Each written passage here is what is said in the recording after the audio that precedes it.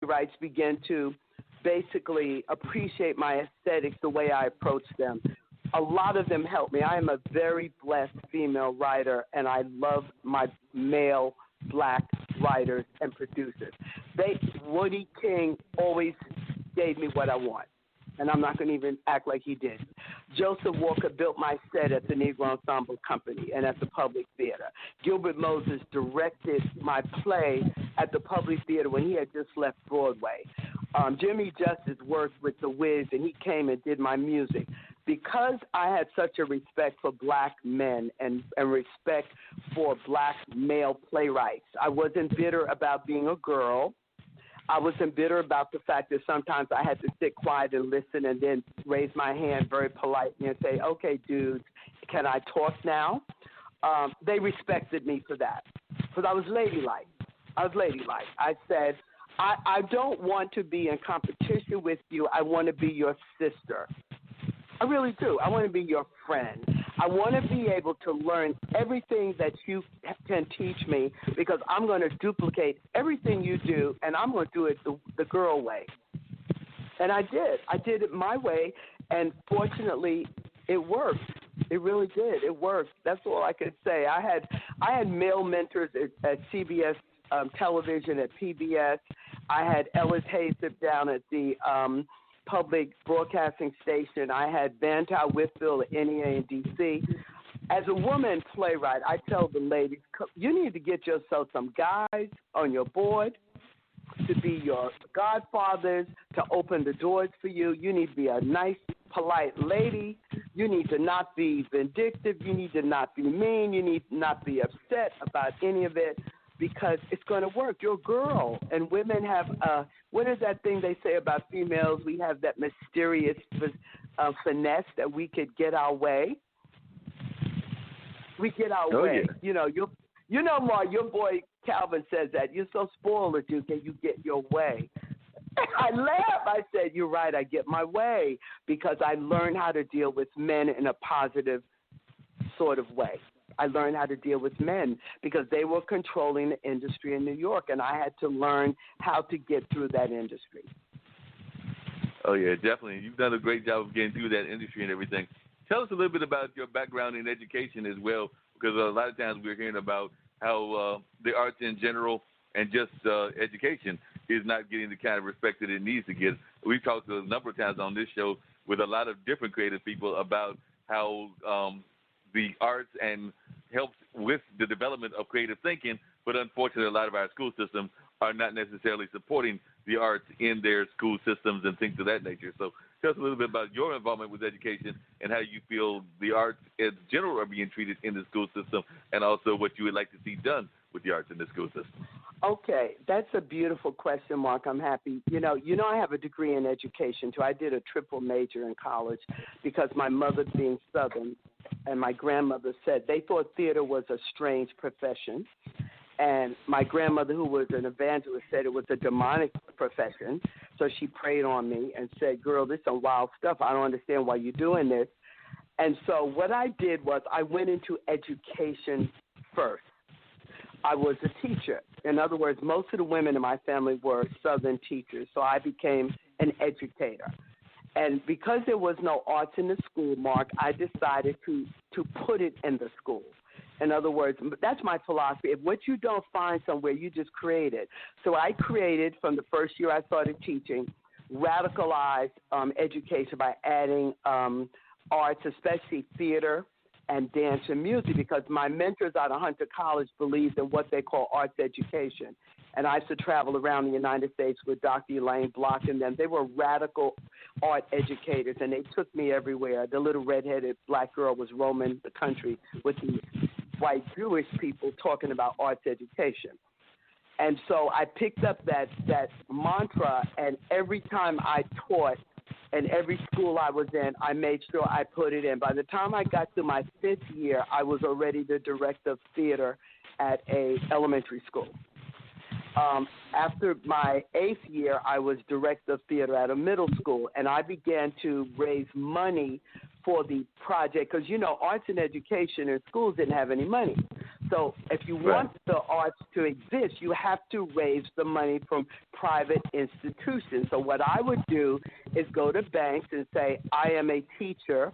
I want to bring theater, music, and art into this school. I need $20,000, and I need you to come to my little school and give us the money. And I was really blessed. They gave me the money. I mean, I did major arts projects throughout New York schools. I ran middle school, 5 schools, where all of my schools had arts and music and dance. I worked with the Last Poets. I worked with all the artists in New York, bringing them into the school system so that our children can become well-rounded human beings like the Europeans were and the other kids are. They're well-rounded human beings because of arts education. Then I got really kind of mad. Your friend did this for me, your friend Calvin Anderson. He brought me a proposal. I had already decided to leave education and become a bohemian artist for the rest of my life. So, and your intellectual buddy said, Aduke, you know you can't leave. I got a grant for you to look at, and it was a $5 million proposal. And he said, before you step out, you might want to take a look at this, Bill Gates' proposal. So what I did, I put together 10 of the brightest African-American, Latino, and Jewish educators I could find, and we won. And we won the proposal. And we got the money. And when I got the money, I set up a high school and called it the International Arts Business School. And I had all the politicians and all of the community leaders working with me. And Vivian Bright, who was my mentor, she was with the Concerned Black Women of Brooklyn. This is a female political organization. There are Zeta Phi Betas, and that was my sorority too. And they stood by me and helped me get that money. And I brought in the Caribbean community with Una Clark from Brooklyn. Anybody know Una is the godmother of the Jamaican Caribbean community. The Caribbean American Chamber of Commerce I brought in. I brought in Anna Walker from the Panamanian Association. And we put up a $5 million high school that we got money from 5 different corporations. I stayed for 1.5 years, and then I left. Why did I leave? Because I felt that my career in education was finished. I put it to the side, and I wanted to go to dealing with theater on 100% level as opposed to 50-50. You know, Dean, what we had to do, we had to teach during the day from 8 to 3, and then we went to our theaters at 3:30 and stayed till midnight. You know how we artists work. So every day I was in work, I had 4 hours sleep because we had been up all night in production. So I wanted to change the paradigm and do theater primarily and music and art and put the education more to the side, but it's not working because they still got me writing grants and proposals. I'm still writing education grants and proposals. You get no rest. No rest. I'm like, I need a break. That's why I'm in Durham, Raleigh, sitting here cooling out. I need rest. You got to take a break every once in a while and get away from the rough life that you have going on, doing 20, 21 hours per day of a 24-hour day. I think that you're trying to make it so that there's 30 hours in a day instead of 24. Exactly. That's what you're trying to do. So tell us a little bit about the current production about the American Princess, and also how that relates to what's going on with the royals currently, because you actually make a parallel to what Meghan Markle is going through and things of that nature. So I know that's one of the things that you definitely have talked about in your marketing and everything. So tell us a little bit about the new production. Well, the American Black Princess is a courier poem. It's my life story. I lived in Germany for a year. I went there and worked with a music group that was opening for Earth, Wind, and Fire, and they hired me as a publicist. So I went over for 1 year. I was very blessed, and I lived in Germany. And while I was in Europe, I published my book of poetry called Reaching Out with Love, which was performed at the Billie Holiday Theater with Grinaldo Frazier from Mama I Want to Sing and John Parks. I brought it back because I felt that black women have to tell their story. The story of black American women is very different than the story of black Caribbean women, black African women, black Latino women. It's just a different story. We're in the belly of the beast. So I wanted to tell my story again on stage. And William Calvin Anderson, who is a phenomenal journalist and publicist, said, the choreo poem that you have put on stage is similar to the life journey of Meghan Markle because she is creating her own choreo poem. She decided after she stepped into the royal family that she was going to step out and do her own thing. And so the relationship was kind of like my life. I stepped into being born in the inner city of Brooklyn, and I stepped out into what I call the national royalty of the world. So we made a correlation that women in general can create their own destiny and their own royalty by simply making their own choices. And American Black Princess was done in Atlanta, September, and it was sold out. We had a party, 1,100 people showed up. Mark, it was really deep. 1,100 people came to celebrate my choreo poem. Pedro Harris, who has worked with Kenny Leon, directed it. He is a phenomenal director. And Chaka wrote the music. It was mind-blowing because I actually saw myself through when I was 5 years old all the way up to the present day. It's my whole life story done through music, dance, and poetry, and it blew my mind. I didn't even know I was that wild and crazy. I was looking at myself saying, a Duke Arimu. It went through my whole life, and it was really fascinating. I think that every woman in the world has a choreo poem. There is a story. I don't care if you were born in Haiti or in Puerto Rico or in Africa or in Brooklyn. You have a story as a woman because women carry several hats. We're mothers, we're wives, we're artists, we're producers. We carry a lot of hats. And so as a result of that, and depending on where God put you in the beginning of your life, he put me in New York in the United States of America. He didn't put me in Africa. He didn't put me in Europe. He didn't put me in the Caribbean. So I had to find my way out of this particular environment the best way I could. And the theme of my poem was a rose emerges from the cement concrete.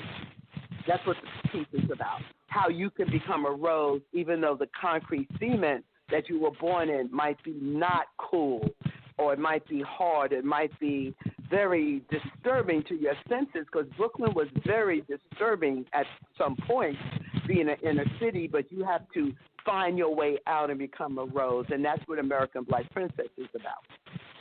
Yeah, man, it sounds like it's going to be a real powerful production. Can't wait to see it produced down here in North Carolina at some point or another, and definitely throughout the rest of our listening area, because we have listeners in all of the states around the area as well as various countries around the world. So hopefully we'll get it out there to being produced in various places around the world. I do have one question that I was just curious about that you brought up that I had never thought about because I had really not heard that part of your history. But you talked about how your mom was not a big fan of you going into the theater and basically wanted to get you out of it because she was a evangelist minister and everything. I've been watching it. I think I've seen it twice now, and I haven't watched the whole thing, but I've seen it a number of times, bits and pieces, and at one time I'll finally get to see the whole production. But I was wondering, when you first saw For Colored Girls and that whole scene was going on, did that kind of remind you of your own life? Because as you were describing that, I'm thinking about that scene where the woman is going through her changes and the abuse that she went through, and then her mom also was very much religious. I think that was the role that that Whoopi plays. Well, what it is that I had a very sheltered life. My mother was a Southern princess, and if you look at a lot of my work, I talk about the Princess Chronicles. I talk about being a princess. My mother was a Southern princess from Savannah, Georgia, for real. When we got into Brooklyn and she realized that the environment was very harsh for her two little daughters, she literally sheltered us from the entire environment. So all I could do is see it out the window. Some of my poetry talks about watching my life through the window, which is why I went to Africa at 20 and decided to live life. I didn't know about a lot of the hardships in New York until I graduated from college, because that was the first time I really could live life. One of the things about Colored Girls, I did see it. In fact, I saw it with a boyfriend I had who actually walked out the show. He really did. The guy walked out. He was like, I said, well, we got to look at this because this is a voice of one woman.